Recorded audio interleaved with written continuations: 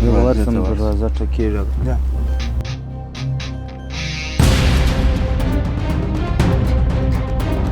السلام علیکم. وعلیکم ستړي مه شئ وروره، څنګه یې شی بخیر یې جوړ روغ یې کراري ده؟ خیر اوسې. خیر دی وروره، څه خبره وه؟ حاجي صاحب مې په کار ده، حاجي صاحب سره مې یو څه کار حاجي صاحب ته راوځو. ما ته ووایه څه خبره ده ورور؟ یا چې حاجي صاحب راوځي خپله مې د هغه سره د خبره چې د ککړې وای شو. دا دی وروره، زه زوی یم، زه د حاجي صاحب زوی یم، زه درته ولاړ یم چې هر کار و خدمت یاره خبره دی ما ته ووایه. یا چې حاجي صاحب خپله یې وایي راوځي ځان ښه دی، دا خبره یو څه غټه ده. خدای دې خیر وروره، څنګه خبره ده؟ هغه چاوي ته ناست دی ما ته ووایه. خبره دا چې زموږ د ستا خو د همسایتوب د کلیوالي کار دی، یو د بل په شو په بدو بیت سره خبر یم. خدای دې خیر خبره ژر وکړه. څه خبره ده وروره؟ هغه ستاسې کشر ورور سم یو لا نه دی؟ و هغه هلته د یو نفر سره ګډو په 1,20,000 افغانۍ توپک رانیوي. څنګه یې رانیوي؟ د چا څخه یې رانیوي؟ ولا کال د یو نفر سره ګډو 1,20,000 افغانۍ ورکړلې، ما ولیدې. ښه تا په خپله ولیدی؟ توپک توپنچه او دا شیان خو تا ته در معلوم دي چې دا چندانې شی نه دي، ما په دې درته وویله. بس کور دې ودان وروره، زه ځم حاجي صاحب ته وایم ستا کور ودان په مخه دې ښه سي. احمده احمده وځنډېدې هلکه. دا دې رالم هغه جانه. خیرت خو و؟ و دلته نفر راغلي وو، زموږ ستاسو د کلي دی، نو داسې ما خپله ورسره لګېږم نه، خو بیا هم اوس راغلی وو، حاجي صاحب مې په کار دی. ولې غږ نه وکړې؟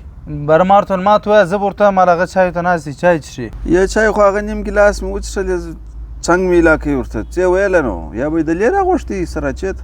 یا ما ورته ویل هغه جانه ما له هر څه ویل چې لرې ما ته ووایه، زه بیا تر هغه جان پورې ور ورسوم.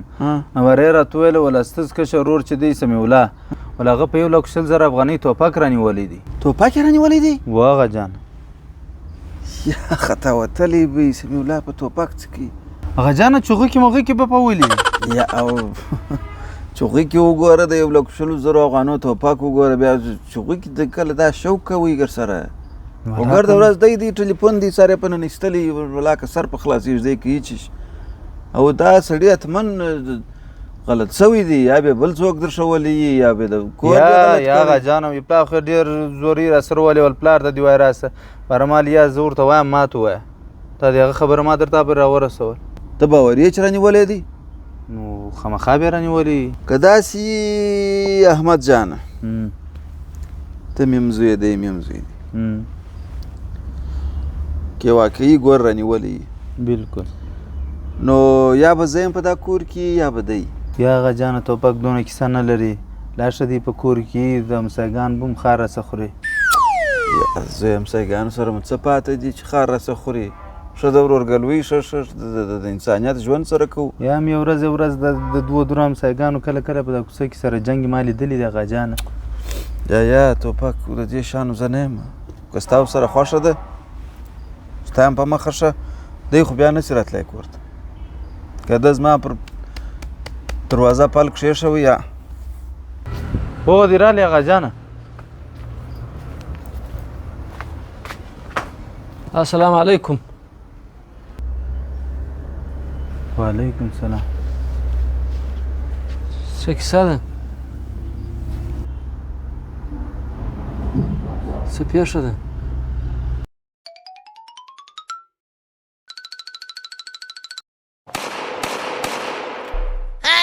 څه شوایاست وروره، څه خبره ده؟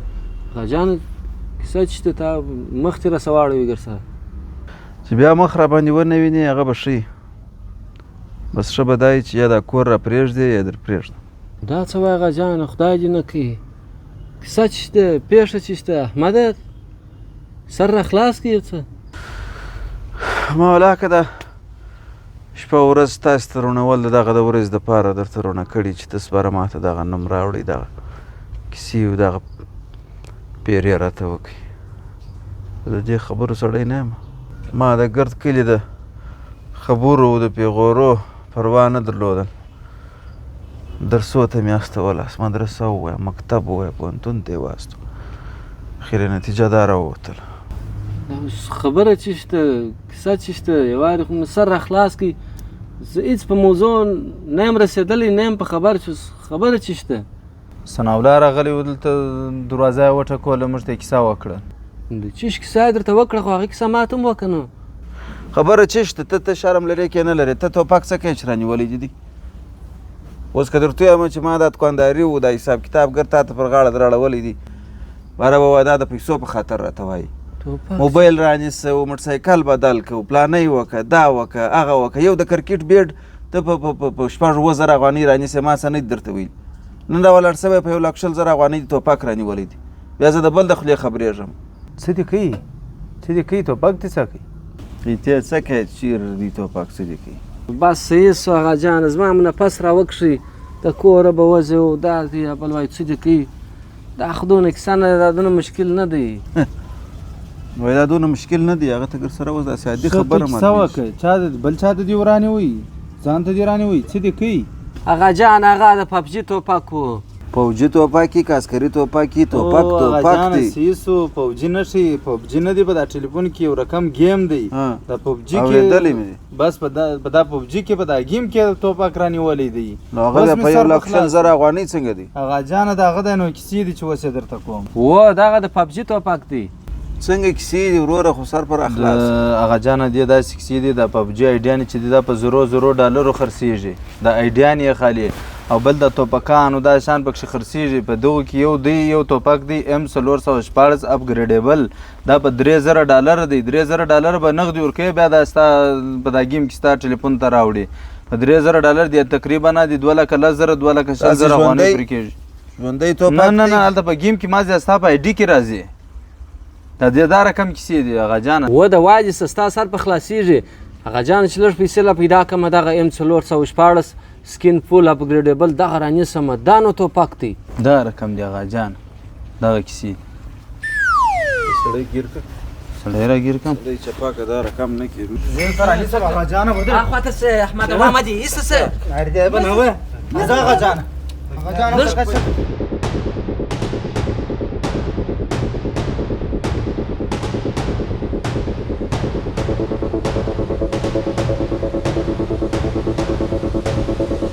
تا ما ته ولې نه رانیول ما خو دغه جان مخ ته غږ نه کویل هغه جانه ژر را سره څه ولاړ